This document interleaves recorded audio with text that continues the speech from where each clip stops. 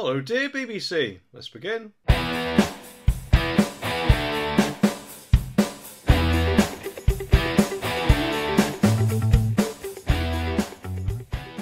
Well, grab your popcorn folks, because it seems like telly favourite Brian Conley is making a swift exit from the EastEnders stage, which in itself of course might not sound too bad, but it's just created a massive pain in the arse for the BBC and ruffled some feathers behind the scenes as well. It's kind of like a soap opera within a soap opera, isn't it? So Brian apparently had a bit of a tiff with the BBC soap executives, and he decided to make a dramatic exit worthy of an Oscar-style performance, I'm guessing. I'm out of here and I want out ASAP. He must have declared, probably of course, with a dramatic execute and a mic drop echoing through the studios. Of course, you know, the real drama unfolds backstage, where insiders reveal that the bosses are furious, because apparently they had grand plans for his character, and no doubt, of course, they messed up the whole Christmas murder that they were planning to do, apparently. I mean, I don't watch EastEnders myself, but no doubt, of course, Brian Conley is quite a ratings puller, and is more than likely going to make people stop watching the show faster than you can say, "It's a puppet!" Brian apparently, though, had been whispering his desire to leave for quite a while now.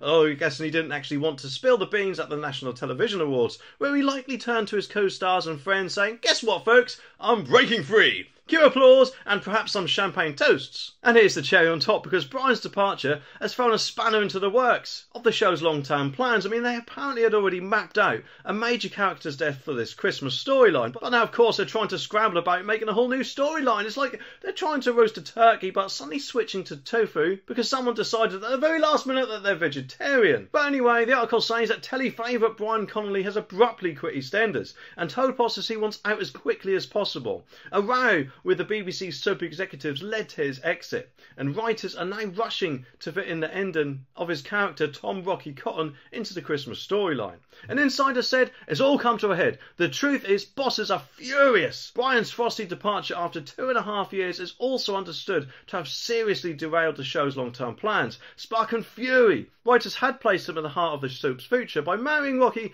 to Kathy Beale, played by, of course, Gillian Tailforth. And of course, an EastEnders insider revealed that Brian was a brilliant signing and has been a big hit with fans. But of course, it looks like that he's not actually enjoying his time on EastEnders anymore, and has been telling a lot of colleagues and telly friends that he's wanted out for a while. It's all come to a head, and at the National Television Awards last week, he was pretty open with co-stars and friends about his exit.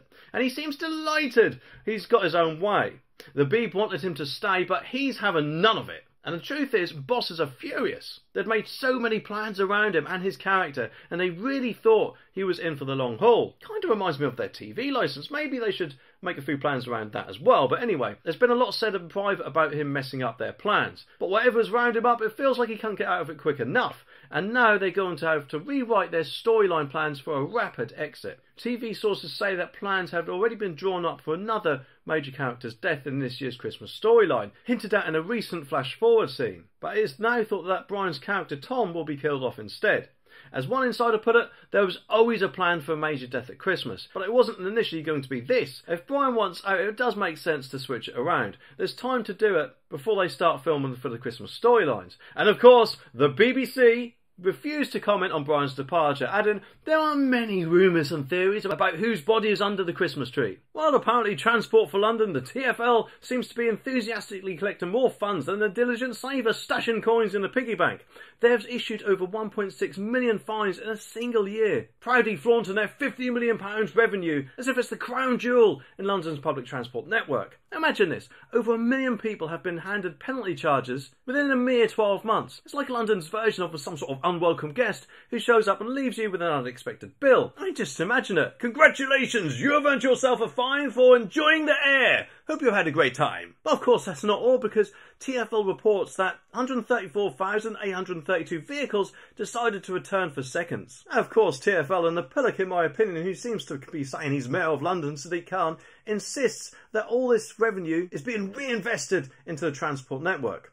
They've even introduced a £160 million scrappage scheme, allowing Londoners to claim a £2,000 grant to scrap their ageing vehicles and buy new ones. It's like they're saying, hey, we fined you for driving an ancient relic, but don't worry, it's some cash to buy a shiny new car. But the thing is, though, what I'm guessing he doesn't want us to think about is that we're the ones who've been paying for it with our fines, aren't we? But here's the twist. They maintain that they're not doing it for the money. No. They say that they're on a mission to save the planet and rescue children from stunted lungs, like a superhero movie where the hero's sole power is handing out fines. Look up in the sky. Is it a bird? Is it a plane? No, it's the fine bringer. But London's fines for many, including me, are nothing but a never-ending unwanted gift, and TFL appears to want you to know that they're actually not anti-car. They're just, I'm guessing, pro-fine. I mean, you know, who needs financial security when you can have a treasure trove of shiny new Ulez fines? Just remember, though, to breathe carefully, because the air might be free, but the fines are anything but. And let's, of course, not forget that Ulez might soon become as obsolete as a payphone, with a ban on new petrol and diesel cars from 2030. Plus, it's hitting the poorest peoples the hardest, isn't it? In the midst of a cost of living crisis. But maybe, just maybe, they might be thinking, well, who needs to fill your fridge when you got Ulez fines to pay? Because that's all they seem to care about at the moment, isn't it? Even though, from what I've heard, that the actual pollution emitted from these cars is a mere 2%. But who knows, you know, I could be wrong. But anyway, the article says that Transport for London has revealed that more than 1.6 million Ulez fines were issued in just 1 year, generating more than £50 million of revenue, which they say is reinvested into London's transport network. And in a response to a Freedom of Information request, the TFL stated that 1,641,229 penalty charge notices were issued between July the 1st, 2022 and June the 30th, 2023. And this resulted in £53,331,199 worth of revenue being generated, reports My London. The Transport Network has also said that 134,832 vehicles incurred a second PCN within 20 days of the first one being issued, and a further 47,419 vehicles incurred another PCN more than 20 days after the first one. But TFL bosses and the Mayor of London, Sadiq Khan, have repeatedly assured residents, apparently, that the cash raised from Ulez is reinvested back into the capital's transport network. Could that possibly be because this is some sort of replacement for him asking the government for more money? I mean, who knows? Yeah, I could be wrong, but it wouldn't surprise me if I wasn't. A £160 million scrappage scheme, which apparently is the largest of its kind, has been set up, from which Londoners with cars which fell foul of the rules, broadly pre-2005 petrol and pre-2015 diesel cars, can claim a £2,000 grant to scrap their vehicle and buy a new one, which of course is going to hit the poorest the hardest, isn't it? Because new cars aren't exactly cheap, are they, compared to the ones they've probably got at the moment. Well, of course, officials have already said that the scheme is expected to raise around £300 million in the first year. But the Mayor of London, Sadiq Khan, has highlighted previously that the expansions function is not to raise money. No. As drivers switch away from polluting cars and fewer are charged as a result. No revenue, therefore, will be incurred, bosses predict, by 2027, which makes me wonder, is that when he'll start rolling out the pay per mile thing that we've been hearing about quite a lot recently? And officials have emphasised that the authority is set up to deliver a multi-million-pound surplus. Mr. Khan previously said, "We're not anti-people being able to use their car. What we're anti is poison in the air that causes children to have stunted lungs, around 4,000 premature deaths a year, and adults with a whole host of health issues, asthma to cancer and dementia to heart disease." And of course, to me, that seems like nothing more than some sort of new Project Fear. Well, you know, just when you thought that they couldn't actually become more creative, pro-cycling MPs have come up with this gem. Let's find owners of heavier vehicles, like 4x4s and SUVs, more. It's as if they decided that owning a bigger car is a crime itself, isn't it? I mean, picture this. You're driving your trusty Land Rover, minding your own business, when suddenly, whack, you're slapped with a fine so heavy that it could fund a small country. Why, you ask? Because your car is heavier.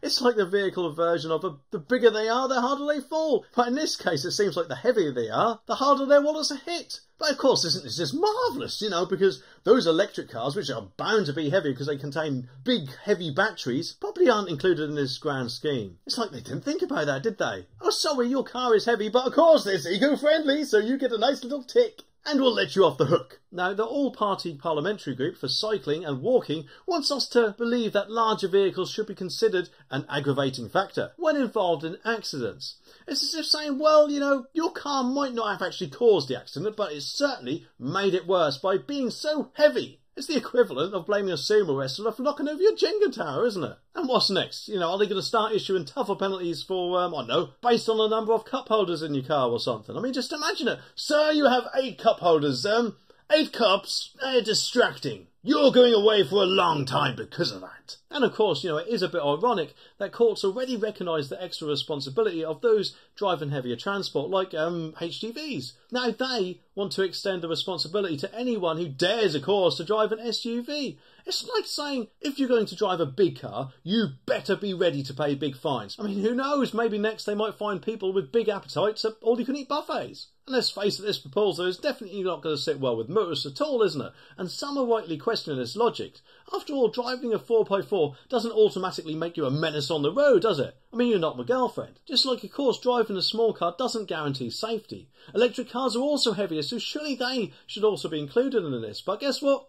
I don't think they thought about that, did they? But anyway, the article says that owners of heavier vehicles such as 4x4s and SUVs should be handed larger fines under new proposals outlined by MPs, and pro-cycling MPs have called for larger vehicles to be seen as an aggravating factor when involved in serious accidents, and if introduced, the new driving law will likely issue tougher penalties to road users during sentencing, and it could mean owners of larger popular models such as Land Rover and Nissan Qashqais are most at risk. The request is found in a new report from the All-Party Parliamentary Group of Cycling and Walking. The report will say that passenger cars vary greatly in weight, so the aggravating factors should, we argue, take this into account. Courts are already issued new guidance to recognise the extra responsibility of those behind the wheels of heavy transport such as HGVs. And the new legislation was issued as early as July, but the MPs suggest that the new rulings could be a lot further. According to the Car magazine, there is understood to be more than 4 million SUVs registered in the UK. The policy is likely to be unpopular, therefore, with motorists and activators already questioning the idea. Claire Armstrong, of course spokesman for the campaign group Safe Speed, said the new policy was unlikely to make much difference. She told the Telegraph, driving a 4x4 does not make you a more dangerous motorist, and driving a small car doesn't mean you're safer. It makes no sense to suggest that killing someone while driving an SUV is worse than killing someone while riding a motorcycle. The group's new plan comes more than a year after the Highway Code introduced a new system in January 2022. The code now clearly states that those road users most at risk in the event of a collision are at the top of the pile. Meanwhile, apparently those who own larger vehicles, which can do more damage, have the large responsibility to act safely on the road. And it reads, everyone suffers when road collisions occur, whether they are physically injured or not. But those in charge of vehicles that can cause the greatest harm in the event of a collision bear the greatest responsibility to take care and reduce the danger they pose to others. Personally, I think everyone should have that same responsibility, but yeah, that's just me, I guess. And to me, it sounds nearly as bad as the thing in this video where apparently you could actually be arrested for using the wrong pronoun.